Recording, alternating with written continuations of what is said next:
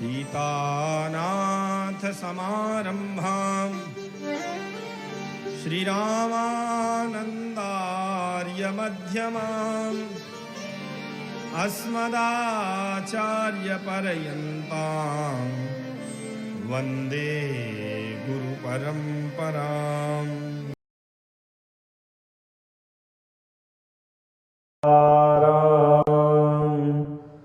हरिः ओम तत्सत्। श्रीमते रामचंद्राय नमः। श्री गुरुभ्यो नमः। अस्मत्सर्वगुरुभ्यो नमः। श्रीमते रामानन्दाचार्याय नमः। अर्वाची सुभगे भवसीते वन्दामहे त्वा यथा नः सुभगाससे यथा नः सुफलाससे। तवास्मि जानकी कान्त कायेन मनसा गिरा रामकान्ते तवैवास्मि युवामेव गतिवम।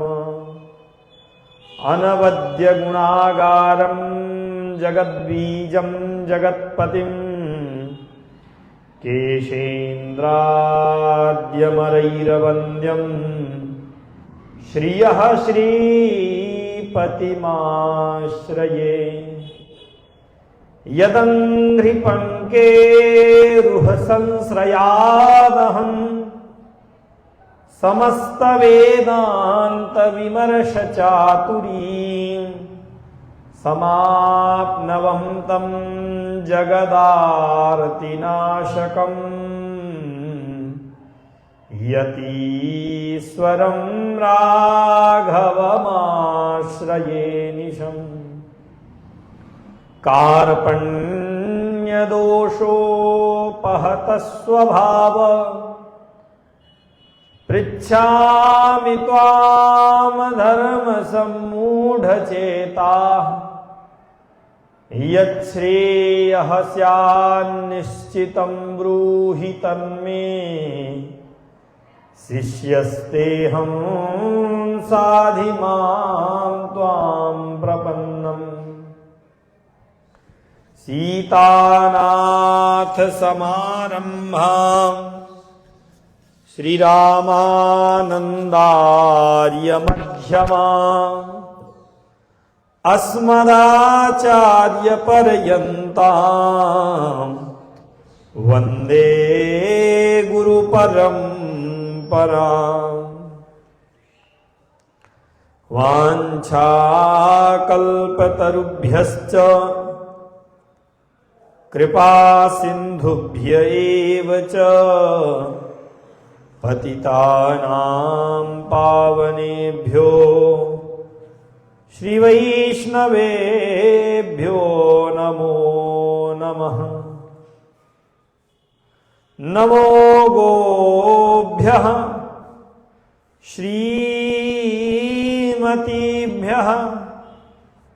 सौरभेयीभ्य एव च नमो ब्रह्मसुताभ्यश्च पवित्राभ्यो नमो नमः।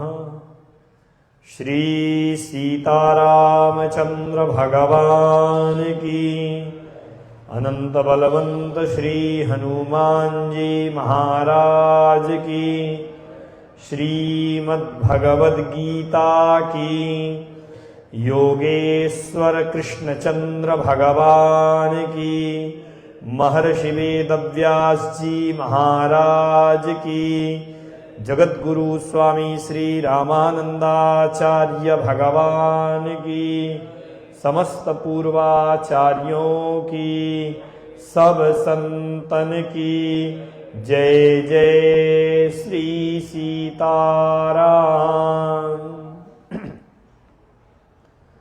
अखिल हेय प्रत्यनीक कल्याणैकतान श्वेतर समस्त वस्तु विलक्षण राजराजेंद्र कौसल्यानंद वर्धन भगवान श्री राघवेंद्र सरकार की प्राणवल्लभा जनकजा भगवती श्री जानकी जू की अहेतुकी कृपा के फलस्वरूप अनंत बलवंत भगवत कथा के रसिक श्री हनुमान जी महाराज की अध्यक्षता में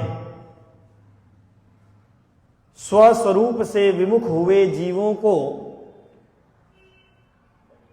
संसार के स्वरूप का बोध कराते हुए आत्म स्वरूप और परमात्म स्वरूप को कराने वाला योगेश्वर श्री कृष्णचंद्र के द्वारा अर्जुन को उपदेश करते हुए जो दिव्य गीता का गान किया गया, उसका आश्रय हम आप सब भगवती श्री अयोध्या के पावन अंक में विराजमान होकर नित्य सत्संग के क्रम से ग्रहण कर रहे हैं। पूर्व प्रसंग में धर्म को केंद्र में रखकर हम धर्म की मर्यादा का पालन करने वाले हैं और ये जितने भी कौरव हैं और इनके साथ में युद्ध करने वाले हैं, लोभ के कारण जिनका अंतःकरण दूषित हो चुका है, ऐसे ये सब धार्तराष्ट्र धर्म की ओर दृष्टि नहीं रखते हुए युद्ध कर रहे हैं। इस भावना को केंद्र में रखकर मोह के वशीभूत हुए शोक में निमग्न अर्जुन ने भगवान के सम्मुख अपने गांडीव का त्याग कर दिया और रथ के केंद्र में रथ में ही बैठ करके रोने लगे। अपने सारे तर्क उन्होंने दिया। अंततो गत्वा भगवान की शरण ग्रहण करने के बाद भगवान ने दिव्य उपदेश जो दिया है, उसी का आश्रय हम सब विगत कई दिनों से ग्रहण कर रहे हैं। जिस क्रम में भगवान ने दूसरे अध्याय के 11वें श्लोक से 30 श्लोक तक स्वस्वरूप बोध नहीं होने के कारण अर्जुन ने ये बातें जो कही थी, भगवान ने देही देह के भेद को स्पष्ट करते हुए देह के अनित्य और देही के नित्य स्वरूप को प्रकाशित करते हुए देही देह में सत असत तत्वों का निरूपण करते हुए अविनाशी विनाशी इन समस्त विवेकों के द्वारा अर्जुन को यह बोध कराया कि हे अर्जुन, इनमें से तुम किसी को मारने वाले नहीं हो। शरीर के नष्ट हो जाने के बाद भी ये सब कोई नष्ट होने वाले नहीं है। न हन्यमाने, शरीर के नष्ट होने के बाद भी आत्मस्वरूप जो है इनका नष्ट होने वाला नहीं है। भगवान ने यहां तक के उपदेश के बाद अब आगे के श्लोक से यह उपदेश करना प्रारंभ किया कि तुम जिस युद्ध का त्याग कर रहे हो, धर्म की बड़ी बड़ी बातों को करते हुए, वह धर्मशास्त्र तुम्हारे लिए युद्ध का ही नियमन कर रहा है। तुम्हें युद्ध ही करना चाहिए। स्वधर्ममपि चावेक्ष न विकम्पितुमर्हसि धर्म्याद्धियुद्धात् श्रेयो अन्यत् क्षत्रियस्य न विद्यते। हे अर्जुन, धर्म सम्मुख उपस्थित होने के बाद, अपने कर्तव्य को सम्मुख देखने के बाद तुम्हें इस प्रकार से विचलित नहीं होना चाहिए, क्योंकि क्षत्रिय के लिए युद्ध से श्रेष्ठ दूसरा कोई कर्म है ही नहीं। उसका कल्याण युद्ध के अतिरिक्त दूसरे किसी कर्म से नहीं होगा। अब उसका स्वरूप क्या है ये बात अलग है, किस अवस्था में युद्ध करना है। आचार्य चरण इसी बात का संकेत करते हैं। एवं आत्मवस्तुनः वास्तविक स्वरूपम अभिधाय अशोच्यत्वम अपि समदर्शी। अपने मूल स्वरूप को जान करके हे अर्जुन, तुम युद्ध को सम्मुख देख करके युद्ध से विमुख होने के योग्य नहीं हो। और भगवान जैसे स्मरण करा रहे हैं कि अब मैं जो बात कह रहा हूं, तुमने यह निवेदन किया है कि यत् श्रेयः स्यात् निश्चितम ब्रूहितन में। एकदम वही स्थिति है जैसे नारद जी महाराज भगवान के सम्मुख जाकर के यह जिद करते हैं कि मुझे सुंदर स्वरूप दीजिए, मुझे विवाह करना है। अपना निर्णय सुनाया नारद जी ने।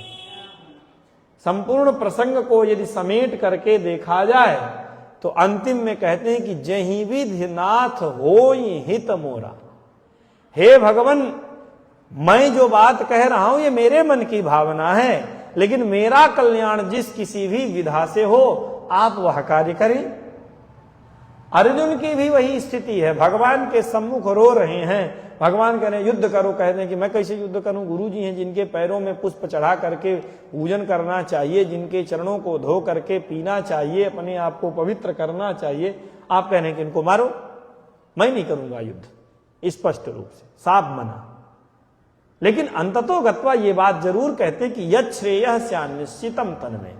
मेरी बुद्धि भ्रमित हो रही है, मेरा कल्याण जिस किसी भी विधा से होने वाला है, मैं आपका शिष्य हूं, आप मुझ पर अनुशासन करें आप मुझे नियंत्रित करें। अब भगवान उसी बात को लेकर के आगे की बात कह रहे हैं। केवल आत्मस्वरूप को जान करके ही नहीं, जो तुम मृत्यु का भाव लेकर के कि मैं मार दूंगा, मुझे स्वर्ग आदि लोक की प्राप्ति नहीं होगी, अथवा मुझे स्वर्ग लोक भी नहीं चाहिए, इन गुरुजनों को मार करके और इन सभी बातों को लेकर के जो तुम दिग्भ्रमित हो रहे थे, तो आत्मस्वरूप के नित्य होने के कारण तुम विकंपित होने के योग्य नहीं हो। और अपने धर्म को सम्मुख देख करके तुम विकंपितुम अर्थात विचलितुम नारहसी न योग्य असि इति। तुम इस प्रकार से युद्ध का त्याग करने के योग्य नहीं हो। भगवान अर्जुन के द्वारा जितने भी तर्क दिए गए थे उन सबको सम्मुख रख के कह रहे हैं। यद्यप ये ते न पश्यन्ति लोभोपहत चेतसः कुलक्षय कृतम दोषम मित्र दोहे च पातकम। ये लोग नहीं देख रहे हैं पाप क्या है, पुण्य क्या है, इंद्रिय भोग मात्र में ये लिप्त हैं, कुल का नाश होने में, मित्र के साथ द्रोह करने में, ये सारे पातकों के विषय में ये चिंतन नहीं करने। लेकिन मैं कर रहा हूं। अहो बत महत पापम कर्तुम व्यवसितामयम यद्राज्य सुख लोभेन हंतुम स्वजनम उद्यता। इतना बड़ा पाप मैं नहीं करूंगा, गुरुन हत्वा ही महानुभावान। ये सारी बातें जो थीं, और इन समस्त बातों को लेकर के अंतिम में अर्जुन ने कहा कि यह युद्ध जो है मुझे पातक प्रदान करने वाला है, मुझे पाप लगेगा, मैं ये सब नहीं करूंगा। भगवान इन समस्त बातों को लेकर के तुम जिस धर्म की बात कर रहे हो, तो क्षत्रियस्य धर्मशास्त्रों के द्वारा क्षत्रिय के लिए युद्ध ही कहा गया है। क्षत्रियस्य धर्मादनपेतात् युद्धात् श्रेयः युद्धात् श्रेयो जनकम अन्यत् किमपि न विद्यते। धर्म की रक्षा में, धर्मशास्त्र की रक्षा में भगवान के प्रेमी जनों की रक्षा में, अपने प्रजा के रक्षण की अवस्था में क्षत्रिय का धर्म ही युद्ध है। यतो बलवान राजा प्रजा रूपान ब्राह्मणादि वर्णान लौकिक वैदिकाचारम, अब लौकिक वैदिक चार मर्यादाश्च दर्पात उत्पीडयितुम प्रवृत्तान दुष्ट शत्रुन युद्धे विजित्य धर्म भावेन प्रजापालनम गुरु ब्राह्मण शुश्रूषांच अनुतिष्ठति। भगवान इन समस्त वचनों को सम्मुख रखते हैं कि राजा के बल की महत्ता ही प्रजा के रक्षण में है। प्रजा रूपी ब्राह्मण आदि जितने भी वर्ण कहे गए, उन समस्त वर्णों में निरत लोगों को अपने वर्ण के आधार पर कर्म करने की पूरी स्वतंत्रता हो। इसमें जो भी घात करने वाले हों उनका दमन करना चाहिए राजा को। लौकिक वैदिक समस्त प्रकार की मर्यादाओं का शोषण करने वाले जितने दुष्ट हैं, उन दुष्टों को युद्ध में जीत करके धर्म के रक्षा की भाव से, प्रजा के पालन के भाव से गुरु ब्राह्मणों की सेवा करना, यही राजा का, क्षत्रिय का परम कर्तव्य है। और इस प्रकार का कर्म करते हुए श्रेयः करगतम भवति, जो क्षत्रिय होता है उसका कल्याण हस्तामलक हो जाता है, उसके हाथ में उसका कल्याण है। वो चाहे तो अपना कल्याण करे और न चाहे तो कल्याण न करे। इसलिए हे राजन, तुम्हें इस प्रकार से युद्ध का त्याग करने पर कल्याण की प्राप्ति नहीं होने वाली। संग्रामे स्वनिवर्तित्वम प्रजानां चैव पालनम शुश्रूषा ब्राह्मणांच राज्ञां श्रेयस्करम परम। संग्राम का त्याग करके प्रजा पालन रूपी कर्तव्य से विमुख होकर के राजा का कभी कल्याण नहीं हो सकता। जो संग्राम का त्याग नहीं किया, संग्रामेषु अनिवर्तित्वम, प्रजा का जो पालन कर रहा है, ऐसे राजा का, ऐसे क्षत्रिय का निश्चित ही कल्याण होता है। इसलिए इस युद्ध को केवल विजय रूपी यश के रूप में, राज्य रूपी धन के रूप में, कीर्ति चारों तरफ होगी हमारी, इस रूप में ही मात्र नहीं देखना। ये तो इसका दृष्ट फल है, सम्मुख फल है। युद्ध करो, विजय प्राप्त होगी, राजा बनोगे, संसार में जय जयकार होगी, समस्त प्रकार के साधन, ये दृष्ट फल है। इस युद्ध का अदृष्ट फल स्वर्गादिकम इत्यपि, अदृष्ट फल इसका निश्चित है। इसके विषय में तुम्हें युद्ध का त्याग नहीं करना चाहिए, ऐसा भगवान ने अर्जुन को स्पष्ट रूप से संकेत किया। भाष्यकार ने यहां पर मां हिंसात सर्वभूता नाम, यह जो बातें हैं इनको सब को लेकर के कहा, और अर्जुन के पक्ष से हिंसा नहीं करनी चाहिए, इस पर उन्होंने स्पष्ट रूप से यह बात कही कि क्षत्रिय के लिए उसका धर्म है बिना किसी कारण के अहिंसा परम धर्म है, लेकिन धर्मशास्त्र की रक्षा के लिए, वैदिक धर्मों की रक्षा के लिए हिंसा ही धर्म है। भगवान यहां पर यह उपदेश कर रहे हैं।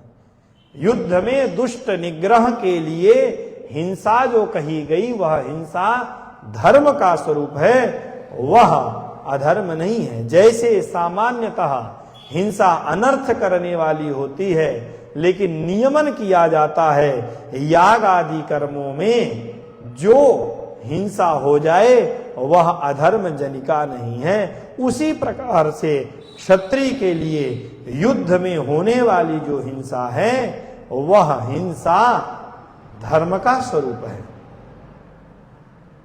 हम लोग यह अनुभव करते हैं, सामान्य चलते फिरते यदि किसी व्यक्ति का अहित मात्र कर दें, चोट इत्यादि पहुंचवा दें अथवा स्वयं मार दें, तो तुरंत पुलिस में कंप्लेन किए पकड़ करके लेकर के जाएगी, तुमने गलत किया। और सीमा में खड़े हुए जो सैनिक हैं, दुष्टों के निग्रह में अपने राष्ट्र का अहित करने के लिए जो बारंबार संकल्प करते हुए योजनाबद्ध तरीके से जो घुसने का प्रयत्न करें, उनका वहीं पर यदि वध कर दिया जाए तो जय जयकार होती है कि बहुत पराक्रम का कार्य इन्होंने किया। तो धर्म के स्वरूप निर्णय के क्रम में अर्जुन को भगवान यह संकेत करते हैं कि इसका निर्णय काल परिस्थिति के आधार पर होता है।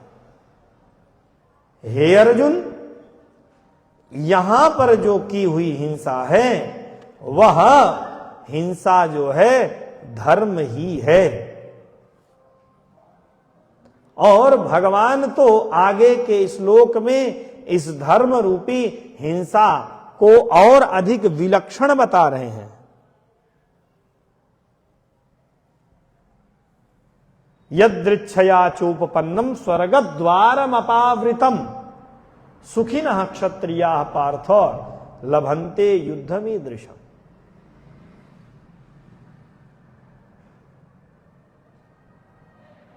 शरीर के साथ तादात्म्य होने के कारण, शरीर को स्वस्वरूप मान लेने के कारण जीव धर्म के स्वरूप को नाना प्रकार से अपने अधिकारों से नापता रहता है।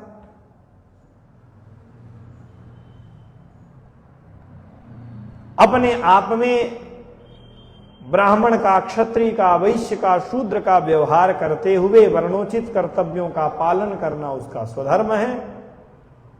जब कोई अपने आप को शिक्षक मानता है तो जो शिक्षक मान रहा अपने आप को, उसको तदनुरूप कर्तव्यों का पालन करना चाहिए। यही करने योग्य कर्म ही, कर्तव्य ही उसका धर्म है। कोई अपने आप को सेवक मानता है तो सेवक मानने के बाद तदनुरूप कर्तव्यों का पालन करना उसका धर्म है। इसी प्रकार से यहां पर क्षत्रिय कुल में उत्पन्न अर्जुन को भगवान यह उपदेश करते हैं कि क्षत्रिय के लिए उसका मुख्य कर्तव्य है कि युद्ध से वह विमुख न हो। क्षात्रम कर्म स्वभावजम, 18वें अध्याय में भगवान चारों वर्णों के मनुष्यों के लिए उनके योग्य करने के लिए क्या क्या कर्म हैं, इन सारी बातों को भगवान वहां पर कहते हैं। अर्जुन क्षत्रिय हैं, उनका स्वभाव है, उनका स्वधर्म है। इसीलिए भगवान कहते हैं कि स्वधर्मम अपि च अवीक्ष। हे अर्जुन, तुम जिस वर्ण में हो, जिस शरीर को तुम धारण कर रहे हो, उस शरीर के अनुरूप यदि तुम अपने आप को क्षत्रिय मानते हो तो क्षत्रिय कहे जाने के बाद युद्ध करना तो तुम्हारा धर्म है। तुम इस ओर देखो, तुम्हें अपने कर्तव्य से च्युत नहीं होना चाहिए, तुम्हें अपने कर्तव्य से विमुख नहीं होना चाहिए। विशेष बात यदि थोड़ा सा चिंतन किया जाए तो स्वयं परमात्मा का अंश होने के कारण वास्तव में स्वधर्म की दृष्टि यदि देखी जाए, जीव दृष्टि से, भगवान का अंश होने की दृष्टि से, तो अपने आप को जो धर्म शास्त्रों में जीव दृष्टि से निरूपित किया गया कि रकार वाच्याय श्री रामाय एव मकार वाच्य जीवः भगवतः अंशः। अंश अंशी, शरीर शरीरी भाव से भगवान हमारे शरीरी हैं, हम उनके शरीर हैं। हम भगवान के भोग्य हैं, भगवान हमारे भोक्ता हैं। अपने को भगवान का मानना, भगवान के अतिरिक्त अपने आप को किसी का ना मानना, अपने आप को जिज्ञासु मानना, अपने आप को सेवक मानना, यही स्वधर्म है। और अपने इस स्वधर्म को जानकर, क्योंकि वास्तव में अभी पूर्व का जो निरूपण किया गया इस श्लोक के पूर्व में, तो अर्जुन को भगवान ने कहा कि तुम शोक करने योग्य इसलिए नहीं हो क्योंकि तुम शरीर नहीं हो, तुम शरीरी हो। न जायते मृते वा कदाचित, उस दृष्टि से न तुम्हारा जन्म होना है, न तुम्हारी मृत्यु होना है। न शस्त्र काट सकते हैं, न अग्नि जला सकती है, न जल गला सकता है, न वायु सुखा सकती है। तो ये तुम्हारा मूल स्वरूप है। भगवान के भोग्य होना, भगवान के अनुरूप होना, यह तुम्हारा स्वधर्म है, मन बुद्धि का धर्म नहीं है। और वर्ण आश्रम शरीर आदि को लेकर के जितने भी धर्म हैं वे अपने कर्तव्य पालन के लिए स्वधर्म हैं। और भी देखा जाए तो कर्तव्य पालन के लिए स्वधर्म होते हुए भी परधर्म ही हैं। कारण यह है कि जब शरीर के धर्म हैं, शरीर हमारा स्वरूप नहीं है, शरीर को हमने अपना मान रखा है, तो शरीर का धर्म होने के कारण जब हम ही शरीर नहीं हैं, जिसे हम शरीर मान रखे हैं, उसी के ये माने हुए धर्म हैं, सब आरोपित धर्म हैं, यह भी कह सकते हैं। और उन सभी धर्मों में दूसरों के सहयोग की आवश्यकता होती है, अर्थात उनमें सब में परतंत्रता है। लेकिन जो अपना मूल धर्म है जीव दृष्टि से, उसमें अन्य किसी की आवश्यकता नहीं, उसमें तुम स्वतंत्र हो, पूरी स्वतंत्रता है। जैसे देखें, यदि भगवान का प्रेमी होना है तो भगवान का प्रेमी होने के लिए अपने अतिरिक्त अन्य किसी की आवश्यकता ही नहीं। अन्य की जहां पर अपेक्षा किए तो भगवद विमुख होकर के संसार सापेक्ष होना पड़ता है। भगवत संबंध के लिए अपने अतिरिक्त और भगवान के अतिरिक्त अन्य किसी की आवश्यकता है ही नहीं। भगवत विषयक जिज्ञासा होने पर, भगवत विषयक जिज्ञासु यदि होना है तो जीव को केवल अपनी अपेक्षा है, और जिनके विषय में जिज्ञासा करना उनकी अपेक्षा है। सेवक होना है तो स्वयं की अपेक्षा है, और प्रेमी प्रेम हो करके, माने प्रेमी बन करके प्रेम के वशीभूत होकर वह माने भगवत विषयक प्रेम कर रहा है, तो भगवत अतिरिक्त फिर कुछ बाकी रहता ही नहीं।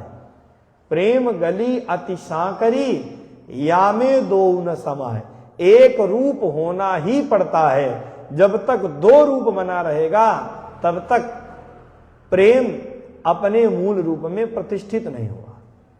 अर्थात जब तक भेद दृष्टि संसार दर्शन शरीर दर्शन करके हो रहा तब तक बात बनेगी नहीं। जब तक मैं था तब हरि नहीं, अब हरि है मैं नाही, प्रेम गली अति सांकरी या में दो न समाय। एक रूपता के बिना यह संभव नहीं है। इसलिए साधक मात्र के लिए स्वधर्मम अपि चावेक्ष, ये तुम धर्म की बात कर रहे हो तो परधर्म की दृष्टि से तुम्हारा जो स्वरूप है उस स्वरूप से भी तुम कंपित होने के योग्य नहीं हो। और शरीर दृष्टि से धर्म युद्ध से बढ़कर क्षत्रिय के लिए दूसरा कल्याण का कोई साधन नहीं है। हे अर्जुन, तुम्हें यह बात मानना चाहिए। 7वें श्लोक में अर्जुन ने प्रार्थना की थी कि मेरे कल्याण का जो भी मार्ग है आप उसको बताइए, और भगवान अब यही कह रहे हैं कि अन्यत श्रेयः न विद्यते युद्धात्, युद्ध के अतिरिक्त तुम्हारे कल्याण का दूसरा कोई मार्ग नहीं है, और इस युद्ध के लिए तुमने प्रयत्न नहीं किया है, अपने आप यह प्राप्त हो रहा है। स्वेच्छया जैसे कह रहे हो कि यह तुम्हारे लिए यहां पर प्रकट हुआ है। स्वयमेव यदृच्छया, अर्थात स्वयमेव भगवान कह रहे हैं यदृच्छया चोपपन्नम स्वर्गद्वारमपावृतम सुखिनः क्षत्रियाः पार्थ लभन्ते युद्धमीदृशम्। हे पार्थ, हे पृथुपुत्र, युद्ध विषयक धर्म भ्रमोन्मूलनाय धर्म युद्धस्य उत्कृष्टताम आह यदृच्छया इति। युद्ध विषयक भ्रम का छेदन करने के लिए भगवान ने यहां पर यदृच्छया यह शब्द कह करके प्रारंभ किया। सुख की ही कामना से जीव नाना प्रकार के प्रयत्नों को करता है, नाना प्रकार के उद्यम करता है। संसार में सब लोग सुख की ही कामना करते हैं, सभी सुखी होना चाहते हैं, और भगवान कहते सुखिनः क्षत्रियाः, क्षत्रिय लोग इस प्रकार के युद्ध को प्राप्त करके ही सुखी हो सकते हैं। और वह क्या है? सुख जनक सुकृत। सुख का मूल कारण है पुण्य। पुण्य के अधिक होने पर जीव को सुख की प्राप्ति होती है, अधर्म के बढ़ जाने पर, पाप के बढ़ जाने पर पाप के परिणाम से दुख की अनुभूति होती है, दुख की प्राप्ति होती है। तो सुख जनक जो सुकृत है, उस प्रकार के सुकृत की प्राप्ति जिन्हें हो वे लोग सामान्य नहीं होते, वे बड़े पुण्यवान होते हैं, पुण्यात्मा होते हैं। और इस प्रकार का पुण्य कमाने का अवसर तुम्हें जो प्राप्त हो रहा है, और कैसे? स्वयमेव। इस प्रकार के स्वर्ग द्वार मूलक इस कृत्य को प्राप्त करने के बाद, और इतना ही नहीं, स्वर्गद्वारम का अर्थ किया आचार्य चरण ने स्वर्गस्य उपलक्षणया, स्वर्ग में किसी भी प्रकार का दुख नहीं है। तो स्वर्ग को उपलक्षण मान करके सुख की कामना में निरतिशक सुखात्मकस्य मोक्षस्य द्वारम उपायभूतम ईदृशम धर्मोपेतम। जहां पर किसी भी प्रकार का दुख नहीं है, यदगत्वा न निवर्तन्ते तद्धाम परमं मम। भगवान आगे कहेंगे, जहां जाने के बाद जन्म मृत्यु के चक्र का भेदन हो जाता है, आनंद ही आनंद होता है, ऐसे निरतिशय सुख स्वरूप मोक्ष का द्वार भूत यह युद्ध तुम्हारे लिए उपस्थित है। इसलिए तुम विकंपित प्रकंपित होने के योग्य नहीं हो। इस प्रकार के युद्ध को प्राप्त कर लेने के बाद तुम्हें सावधान होना चाहिए। पांडवों से जुआ खेलते हुए दुर्योधन ने यह शर्त रखी कि यदि आप इसमें हार गए तो आपको 12 वर्ष का वनवास होगा और 1 वर्ष का अज्ञातवास होगा। 13वें वर्ष में आपको आपका राज्य मिल जाएगा। लेकिन एक बात याद रखना है कि अज्ञातवास जैसा शब्द कहा गया कि किसी को ज्ञात ना हो। यदि अज्ञातवास में हम लोगों ने आपको खोज लिया, आप पकड़े गए, तो आप लोगों को फिर से 12 वर्ष का वनवास होगा।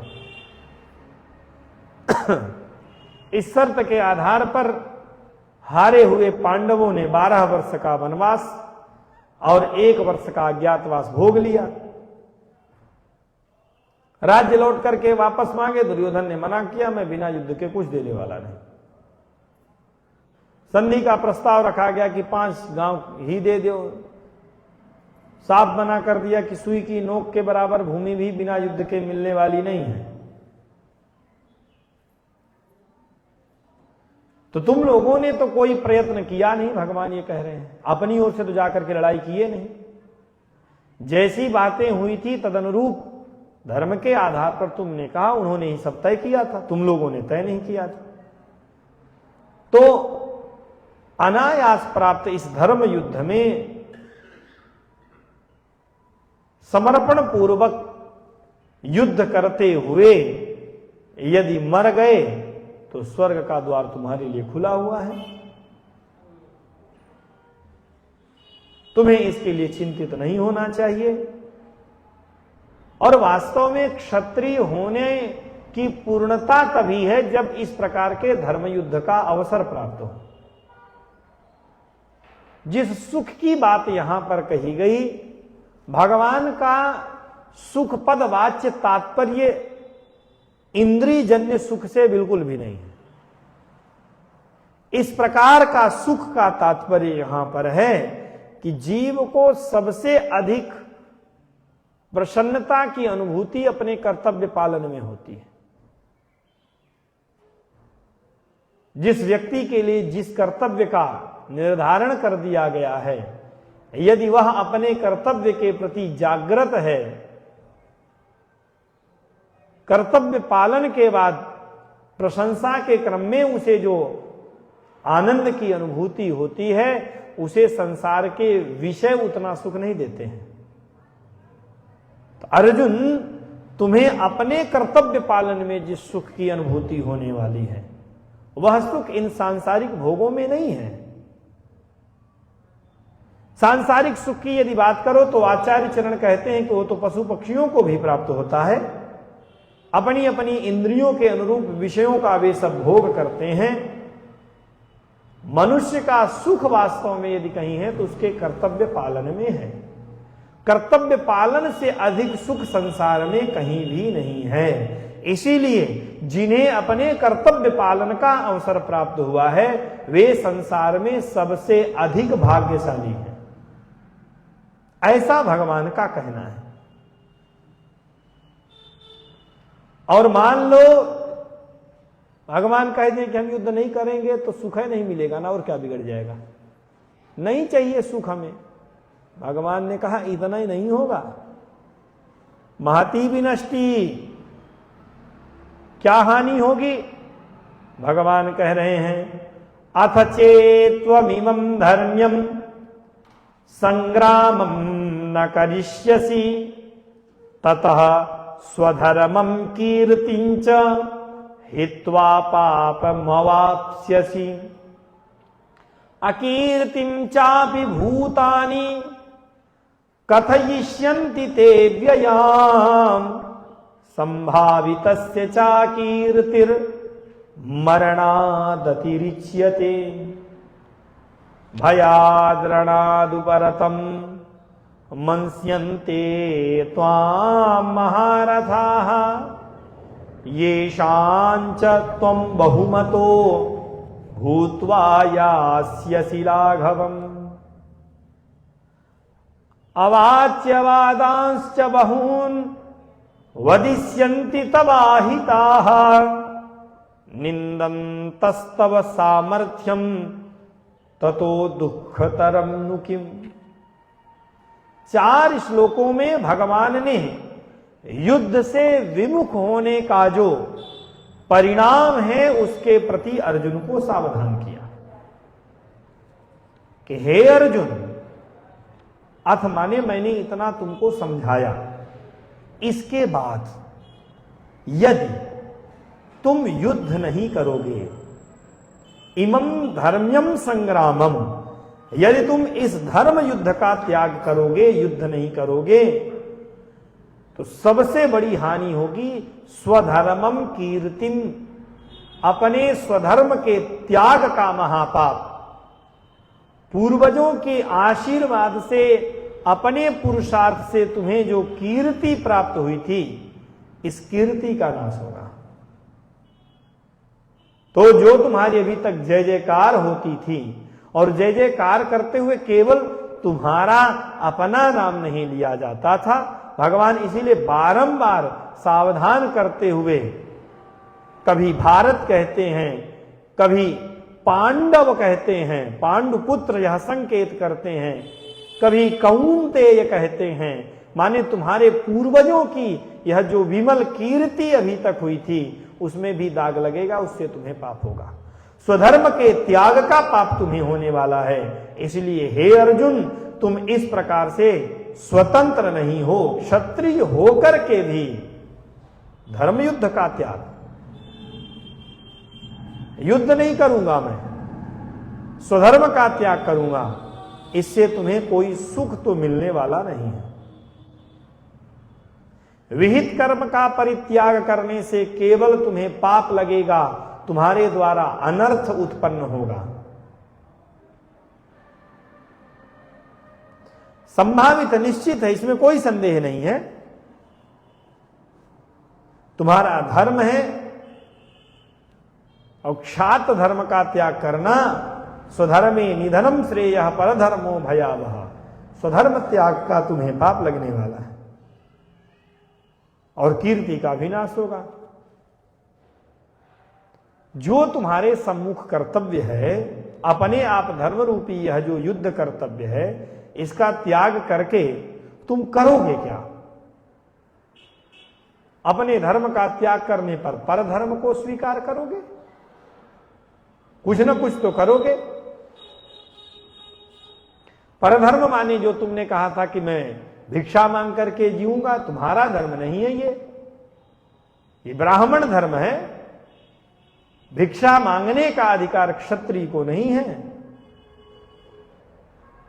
इसलिए युद्ध का त्याग करने से दूसरे लोग ऐसा मानेंगे कि अर्जुन जैसा सूरवीर यदि भयभीत होकर के धर्म का त्याग कर दिया तो अब धर्म का पालन कौन करेगा? तुम एक आदर्श हो।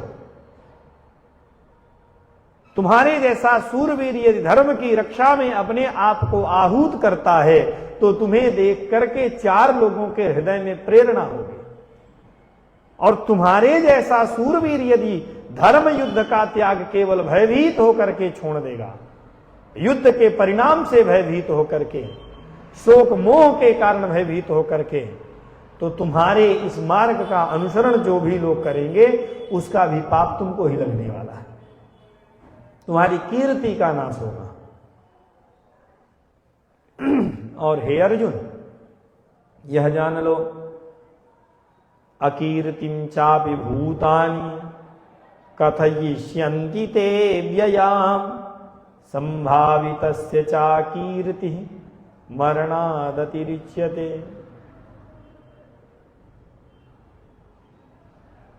जितने भी जीव हैं, धर्मशास्त्र के द्वारा निरूपित कर्तव्य का पालन करने से ही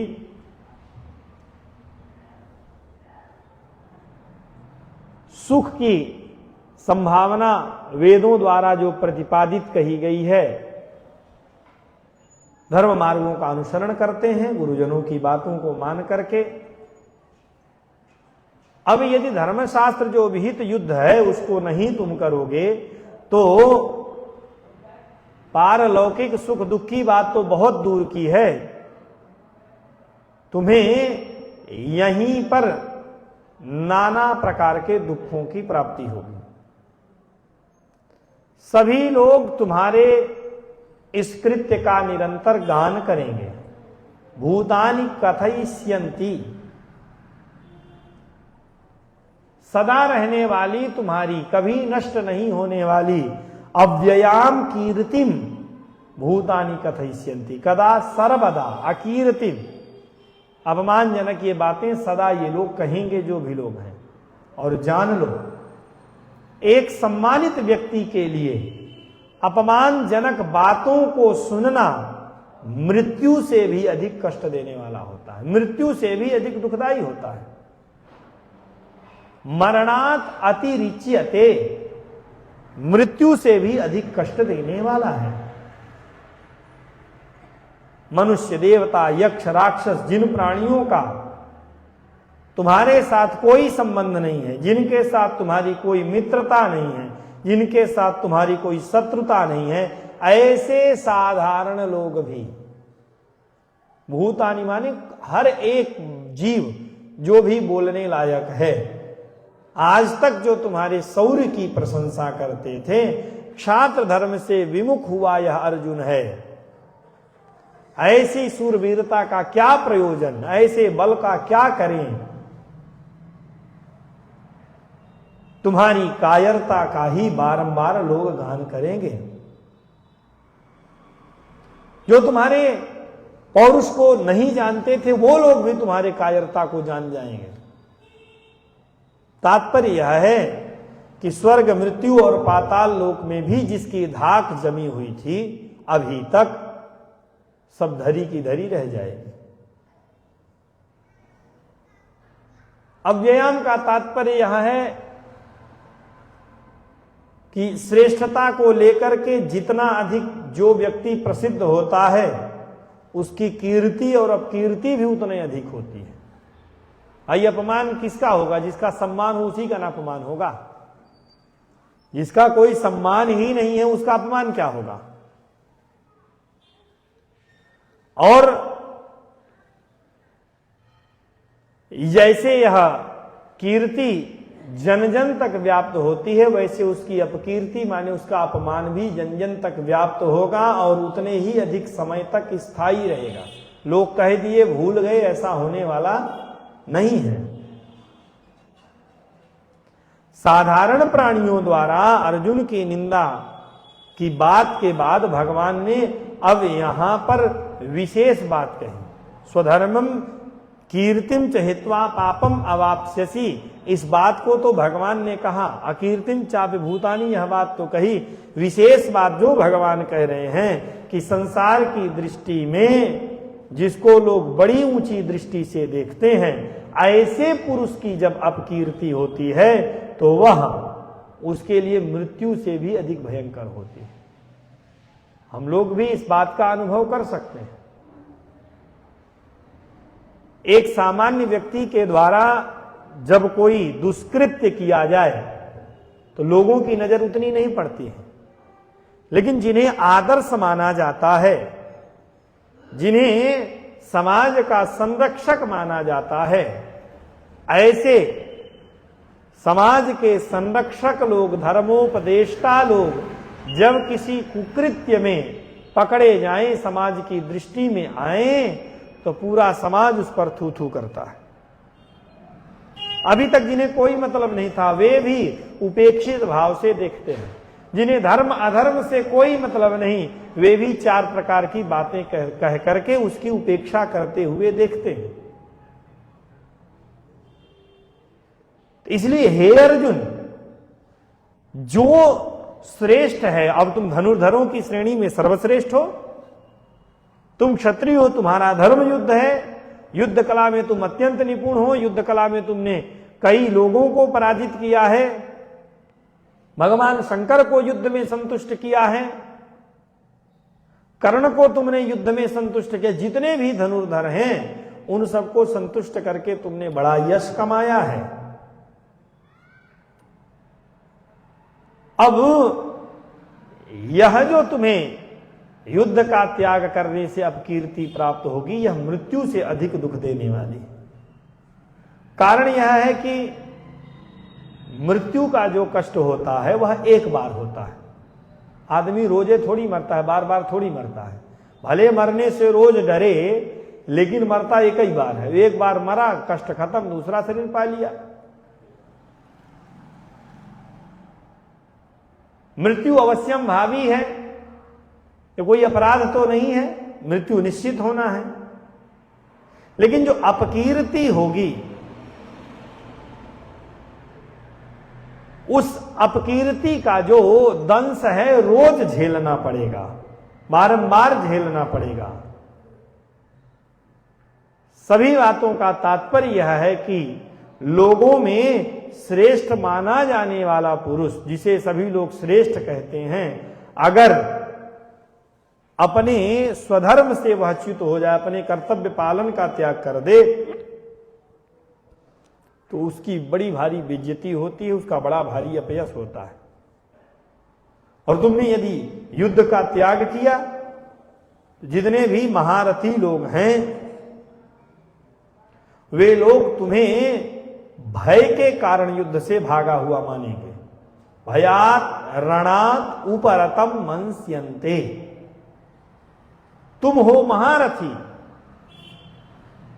लेकिन तुम्हारे जैसे महारथी को भी जो लोग तुमसे युद्ध करने में संकोच करते थे अभी तक, वे लोग तुम्हें युद्ध से भयभीत हुआ मान करके युद्ध से पलायित मानेंगे।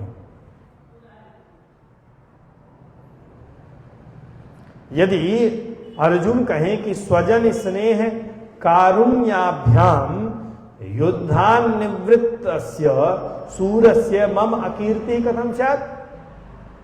आप कह रहे हो कि मैं युद्ध छोड़ दूंगा तो लोग मुझे क्यों इस प्रकार की दृष्टि से देखेंगे, मेरी अकीर्ति कैसे होगी, क्योंकि मेरे युद्ध से भागने में भय कहीं है क्या।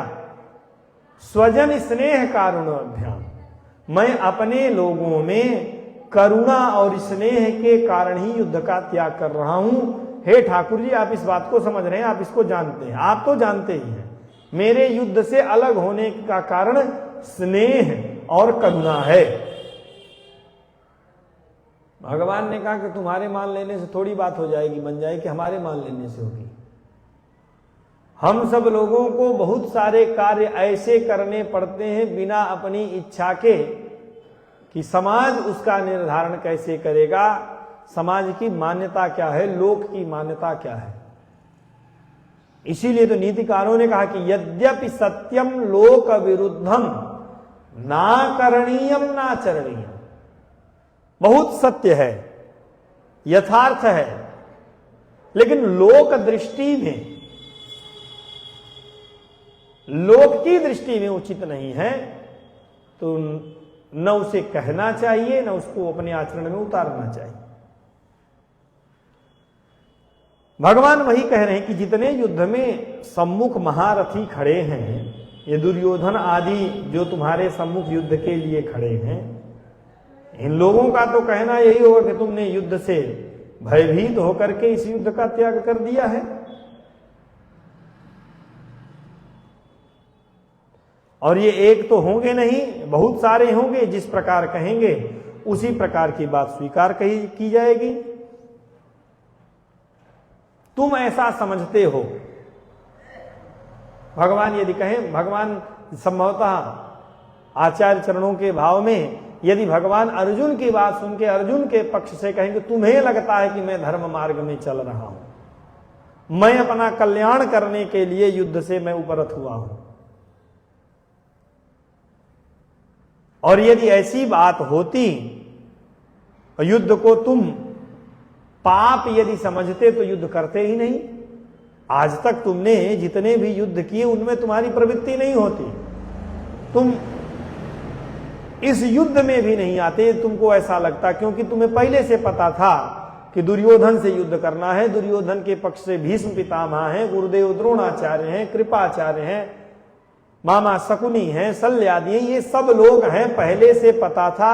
और युद्ध को यदि तुम पाप समझते, तुम युद्ध में नहीं आते, तुम मुझसे ये नहीं कहते कि मेरे रथ को दोनों सेनाओं के मध्य में लगाइए, मुझे जिससे युद्ध करना है मैं उन्हें देखना चाहता हूं। तुम ये बात कभी नहीं बोलते, एकांत में जाकर के भजन करते, युद्ध में तुम्हारी प्रवृत्ति नहीं होती। लेकिन ऐसा नहीं हुआ है, तुम एकांत में जाकर के भजन नहीं कर रहे हो, तुम युद्ध में प्रवृत्त हुए हो, तुम अपनी इच्छा से आए हो, तुम रथ पर चढ़े हो, तुमने सारे आयुध रखे हैं, तुमने गांडीव हाथ में उठाया है शंखनाद के बाद, और गांडीव उठा करके तुमने कहा कि अब मैं युद्ध के लिए तैयार हूं, बस देखना चाहता हूं। अपने मन से, अपने विवेक से, अपनी इच्छा के अनुसार बातों को बदल लेने से बात बनने वाली नहीं है। तुम युद्ध से विमुख हो रहे हो स्नेह और करुणा के कारण, ये तो तुम बात अभी बोल रहे हो। तुम युद्ध को पाप नहीं समझ रहे हो। और अब तुम यदि युद्ध में प्रवृत्त होकर के युद्ध स्थल में आकर के युद्ध का त्याग कर रहे हो, युद्ध से निवृत्त हो रहे हो, तो ये जितने बड़े बड़े महारथी हैं वे ऐसा मानेंगे कि युद्ध में सम्मुख मृत्यु को देखकर, मृत्यु से भयभीत होकर के, भयात रणात, मृत्यु के भय से भयभीत होकर के अर्जुन युद्ध का त्याग कर रहा है, अर्जुन युद्ध से निवृत्त हो रहा है। अर्जुन यदि सामान्य धर्म का विचार करता, क्षत्रिय होने से धर्म करना उसका युद्ध में ही निहित है, और बलात् अपनी ओर से नहीं अर्जुन जा रहे, सम्मुख यह युद्ध स्वयं आया है। यदि अर्जुन को धर्म का विचार होता तो अर्जुन युद्ध से कभी निवृत्त नहीं होते। युद्ध करना क्षत्रियों का धर्म है, इसलिए तुम चाहे कुछ भी कहो, भयाद्रणात् उपरतम मंस्यन्ते त्वाम महारथाः, इमे महारथाः त्वाम भयात रणात् उपरतम एवं मंस्यन्ते। ये जितने भी महारथी हैं तुमको युद्ध में मृत्यु को सम्मुख देखकर, मृत्यु से भयभीत होकर के भागा हुआ ही मानेंगे, इसके अतिरिक्त कोई गति नहीं। और जिनकी दृष्टि में आज तक तुम श्रेष्ठ थे, जो गुरुदेव द्रोणाचार्य अर्जुन का नाम लेकर के बड़े गर्व से कहते थे कि मेरे शिष्य अर्जुन से श्रेष्ठ धनुर्धर इस संपूर्ण पृथ्वी में दूसरा कोई नहीं है, जो भीष्म पितामह अर्जुन का नाम लेकर के गर्व की अनुभूति करते थे, अब यही लोग, अब उन्हीं की दृष्टि में ये शाम च तुम बहुमतः, जिनकी दृष्टि में तुम बहुत सम्मान के योग्य आज तक थे, यास्यसि लाघवम्, यदि तुमने युद्ध का त्याग कर दिया तो श्रेष्ठता को प्राप्त करने के बाद तुम लघुता को प्राप्त हो जाओगे। द्रोणाचार्य, कृपाचार्य, शल्य, ये जितने भी बड़े बड़े महारथी हैं उन सबकी दृष्टि में हे अर्जुन तुम बहुमान्य हो चुके हो।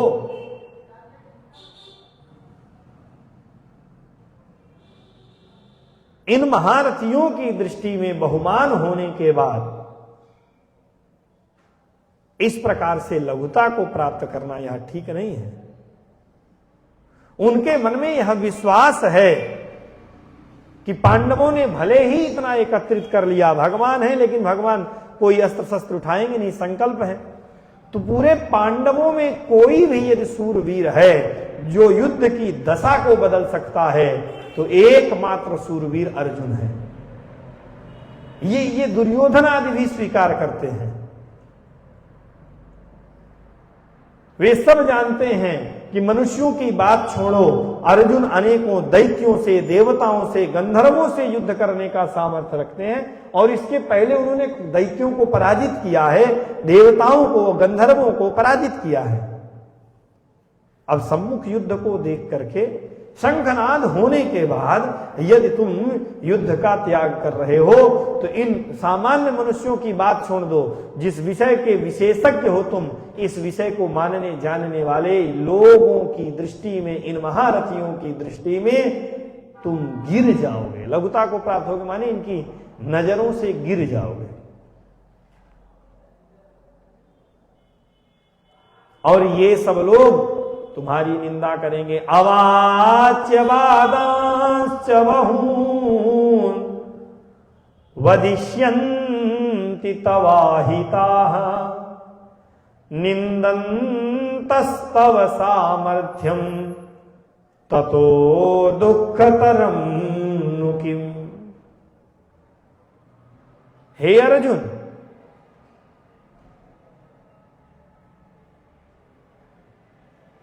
यदि तुमने युद्ध का त्याग कर दिया तो तुम्हारे सामर्थ्य की निंदा करेंगे। अवाच्य, जो नहीं कहना चाहिए,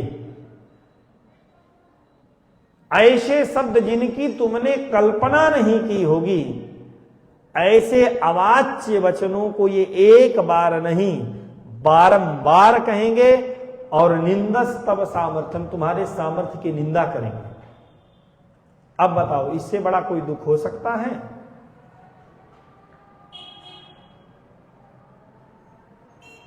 यदि अर्जुन यह बात कहें कि चलिए ठीक है ठाकुर जी, मेरी निंदा होगी ना, इन महारथियों के बीच में जो मैं आज तक सम्मानित था, मेरा सम्मान था, उनके सामने मेरी लघुता होगी, हो जाए लघुता, भवतु लाघवम,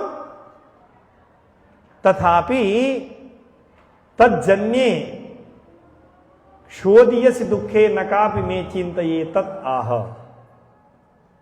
हो मेरी लघुता, बंधु बांधवों के नाश से जो दुख होने वाला है, जो कष्ट होने वाला है, समस्त बंधु बांधवों के नाश से होने वाले दुख के सामने इन लोगों की निंदा कुछ नहीं है। मैं उसे स्वीकार करता हूं, कोई चिंता नहीं। भगवान ने कहा कि तुम्हें अल्प दुख की चिंता नहीं है, तुम तराजू में तौल रहे हो। एक तरफ लोग मुझे युद्ध से भागा हुआ भगोड़ा कहेंगे और एक तरफ लोग मेरे बिछुड़ जाएंगे, उससे होने वाला दुख है मैं युद्ध किया तो चार लोगों की बात मैं सुन लूंगा, लेकिन मेरे लोग मुझसे ना बिछुड़े। भगवान इसी में कहते हैं कि अवाच्यवादा यद्यपि तुम्हें अल्प दुख की चिंता नहीं है, फिर भी संग्राम से भागने के बाद तुम्हारा जो अहित करने वाले तुम्हारे शत्रु हैं, जन्म से ही तुम्हारे, माने बचपन से जब से शिक्षा ग्रहण कर रहे हो तब से गुरुदेव ने कहा सर्वश्रेष्ठ योद्धा बनाऊंगा, तब से कर्ण जो है घात लगाए बैठे हैं, अहित करने का अवसर खोज रहे हैं, तुमसे पहले पराजित हो चुके हैं, उनका तुम्हारे सामने कोई वैभव नहीं है। जब वे लोग मौका पा जाएंगे तो तुम्हारे सामर्थ्य की निंदा करेंगे और कहेंगे कि अयोग्य कौरव कुल को देखकर यह अर्जुन युद्ध मैदान से भाग गया। अत्यंत दुर्बल अर्जुन, हम लोगों से युद्ध नहीं कर सकता था, लड़ने की उसमें शक्ति नहीं थी। ऐसे ऐसे बहुत से वचन बोलेंगे। अब बताओ, इससे बड़ा दुख कुछ हो सकता है? सर्वातिशायी सामर्थ्य होने के बाद भी जीवित व्यक्ति को यदि निंदा सुनना पड़े तो उस निंदा से होने वाले दुख की समता मृत्यु से भी नहीं की जा सकती, मृत्यु से भी अधिक दुख देने वाला है। इसलिए तुम इस युद्ध का त्याग बिल्कुल मत करो।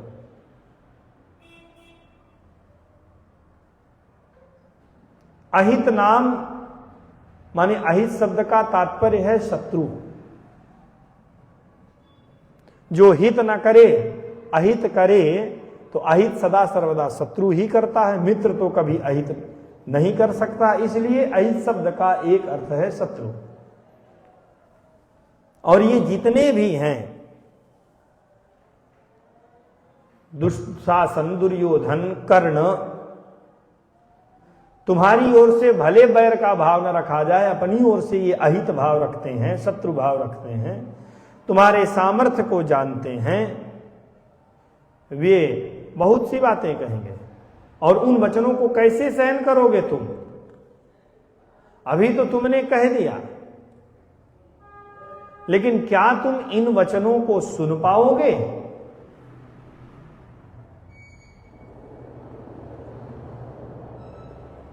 इसलिए हे अर्जुन, इस निंदा से बचने के लिए, इस असह्य दुख से बचने के लिए तुम्हें युद्ध करना ही चाहिए। तुम्हें शोक का त्याग करना चाहिए। और भगवान युद्ध के परिणाम को सम्मुख रख करके कह रहे हैं, हतो वा प्राप्स्यसि स्वर्गम जित्वा वा भोक्ष्यसे महीम तस्मादुत्तिष्ठ कौन्तेय युद्धाय कृत निश्चयः। हे अर्जुन, हित की कामना से यदि देखा जाए तो युद्ध में मृत्यु की यदि प्राप्ति होती है, यदि तुम मरते हो, शरीर का यदि प्राण वियोग होता है, यदि तुम में मारे गए युद्ध में, तो तुम्हें निश्चित स्वर्ग की प्राप्ति होगी, इसमें कोई संदेह नहीं। और जीत गए तो जीतने के बाद भोक्ष्यसे वहीं, तुम्हारे अधिकार में, तुम्हारे भाग्य में यह जो तुम्हारा राज्य था, दुर्योधन ने छीन लिया था छल पूर्वक, उसकी तुम्हें पुनः प्राप्ति हो जाएगी। पृथ्वी का राज्य तुम्हें मिलेगा। इसलिए हे कौन्तेय, हे कुंती नंदन, कृत निश्चय युद्धाय उत्तिष्ठ, युद्ध का निश्चय करो और खड़े हो जाओ।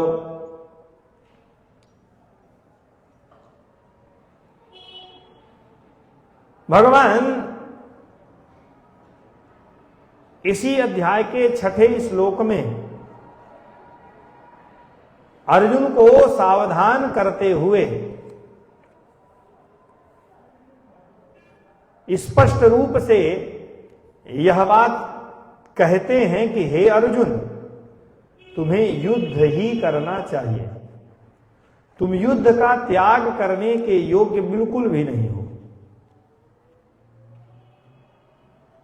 न चैतद विदमः कतरन्नो गरीयो यदवा जयेम यदिवा नो जयेयु याने हत्वा नजजी विषाम तेव स्थिता प्रमुखे धार्तराष्ट्रा।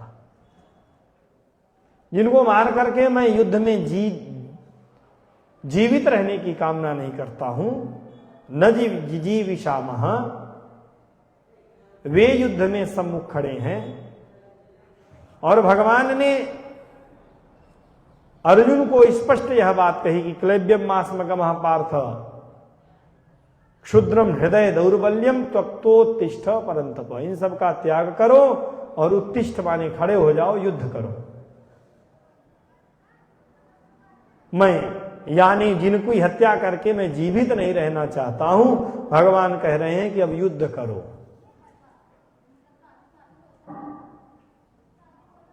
युद्ध में मैं जीतूंगा कि हारूंगा, यह बात जो अर्जुन ने कही थी, भगवान उस संदेह का निराकरण यहां पर कहते हैं और कहते हैं कि युद्ध में कर्ण आदि के द्वारा तू मारा गया, तुझे स्वर्ग की प्राप्ति होगी। ये जीतेंगे कि मैं जीतूंगा, युद्ध में यदि तुम्हारी जीत हो जाएगी तो तुम पृथ्वी का राज्य भोगोगे। इस आधार पर तुम्हारे दोनों हाथ में लड्डू है, तुम्हारी हानि नहीं है। तात्पर्य यह है कि तुम्हारा दोनों तरफ लाभ ही लाभ है, चाहे मरो चाहे जियो, लेकिन तुम युद्ध करो। और युद्ध नहीं किए तो दोनों तरफ से हानि ही हानि है। इसलिए तस्मात् उत्तिष्ठ कौन्तेय, तुम्हें युद्ध के लिए खड़े ही होना चाहिए। मोक्ष का साधन भूत यह युद्ध है। धर्म युद्धस्य मोक्ष साधनतया निरतिशय आनंद स्वरूप मोक्षम। और आचार्य चरण ने यहां पर जो कहा कि हतो वा प्राप्स्यसि स्वर्गम, यहां पर स्वर्ग शब्द का तात्पर्य इंद्रलोक नहीं है। भगवान ने इतना धर्म का उपदेश किया और मर करके इंद्रलोक की स्वर्ग की प्राप्ति हो रही, माने सुख भोगने के लिए ही, तो फिर क्षीणे पुण्य मर्त्यलोकम विसंति, फिर वही चक्कर। आचार्य चरण कह रहे हैं कि अत्र स्वर्ग शब्द न इंद्रलोक पर किंतु स्वर्ग शब्द यहां पर सुख का सांकेतिक लक्षण है, और लक्षणया सुख को लेकर के,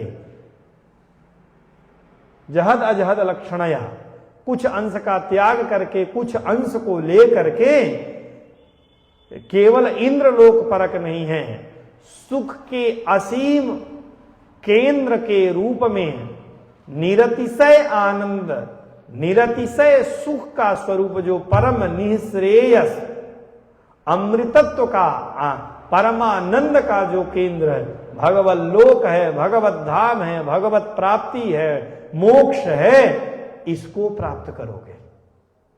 स्वधर्म का पालन करते हुए यदि युद्ध में तुम्हारी मृत्यु हुई, हतः, वह शब्द यहां पर निश्चय का द्योतक है, निश्चित ही तुम्हें भगवत लोक की प्राप्ति होगी, तुम्हारा मोक्ष होगा।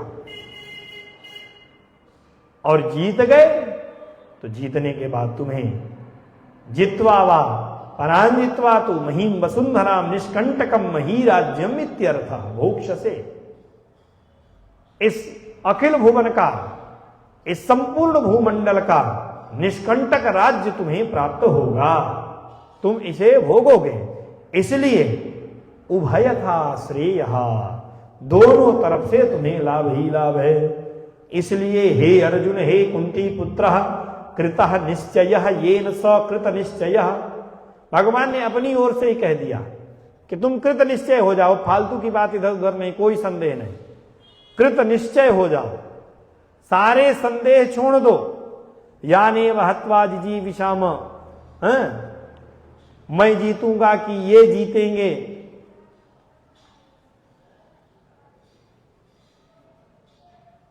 ये सारी बातें जो तुमने कह करके संदेह किया था, इन समस्त संदेहों का त्याग करो और कृत निश्चय होकर के हे कौन्तेय, हे अर्जुन, तुम युद्ध के लिए खड़े हो जाओ।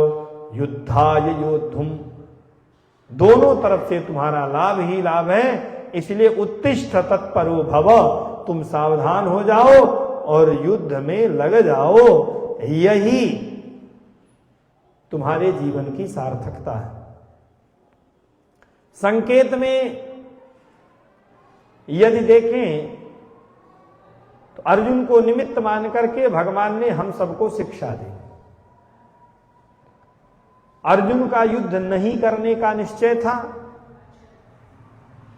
और भगवान दूसरे अध्याय में जब पहली बार बोले तो भगवान सीधे आज्ञा ही दे रहे हैं, क्लैब्यम मास्मगमः पार्थ,